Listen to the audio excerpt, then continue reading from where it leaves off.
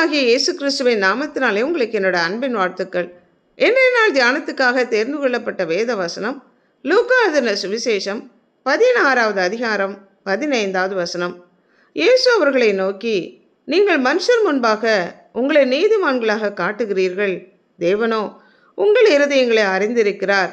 மனுஷருக்குள்ளே மேன்மையாக எண்ணப்படுகிறது தேவனுக்கு முன்பாக அருவருப்பாய் இருக்கிறது என்று இயேசு ஜனங்களையும் பரிசேயரையும் பார்த்து சொன்னார். மனுஷர் முன்பாக நீதிமான்கள் அல்ல, தங்களை நீதிமானாக காட்டுகிறவர்கள். தங்களை மறைத்து முகத்திலே முகமுடி போட்டுக்கொண்டு மாய்மாலமாக இருக்கிற ஜனங்களை பார்த்து தான் இங்கே ஆண்டவர் சொல்லுகிறார். மனுஷன் முகத்தை பார்ப்பான், கர்த்தரோ இருதயத்தை காண்கிற தேவன். நம்முடைய இருதயத்தில் உள்ள சிந்தனைகளையும் யோசனைகளையும் அறிந்து ஆராய்ந்து பார்த்திருக்கிற தேவன். அவருக்கு முன்பாக நாம் எதையும் மறைக்க முடியாது. நாம் பேசுவதற்கு முன்னமே நாம் என்ன பேச போகிறோம் என்பதை கர்த்தர் அறிந்திருக்கிறார். God knows our thoughts and minds. நாம் ஒரு காரியம் செய்யும்போது மனிதர்கள் தான் அந்த காரியத்தை பார்க்குறாங்க.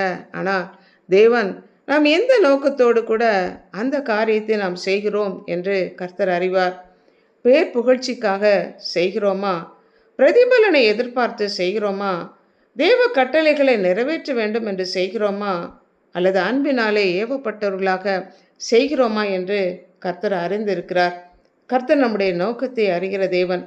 இங்கு பரிசேயரும் மற்ற மக்களும் நியாயப்பிரமாணத்தை நிறைவேற்ற வேண்டும் என்று அவர்கள் தசமபாகம் செலுத்தினார்கள்.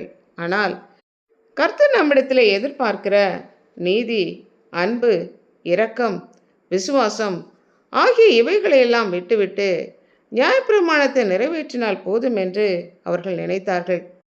நாம் எல்லோரும் பாவம் செய்து தேவ மகிமை அற்றவர்களானோம், நன்மை செய்கிறவன் இல்லை, ஒருவனாகலும் இல்லை.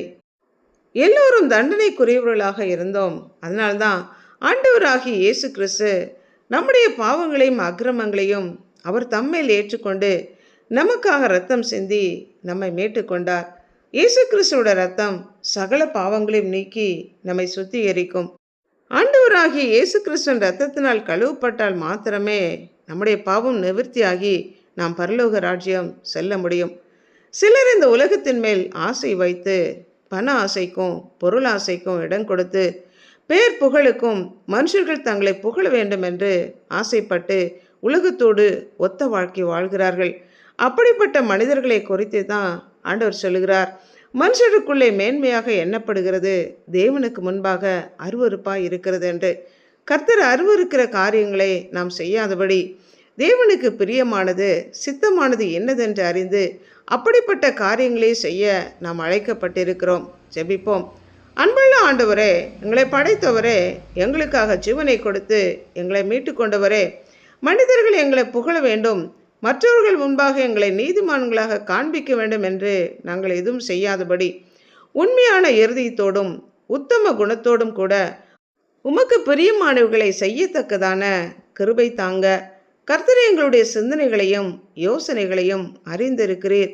நீர் அருவருக்கிற காரியங்களை நாங்கள் செய்யாதபடி உமக்கு பிரியமானதை செய்யத்தக்கதான கிருபை தரும்படியா எங்கள் ஒவ்வொருவரையும் உம்முடைய கரங்களுக்குள்ளாக அர்ப்பணித்து ஜெபிக்கிறோம்.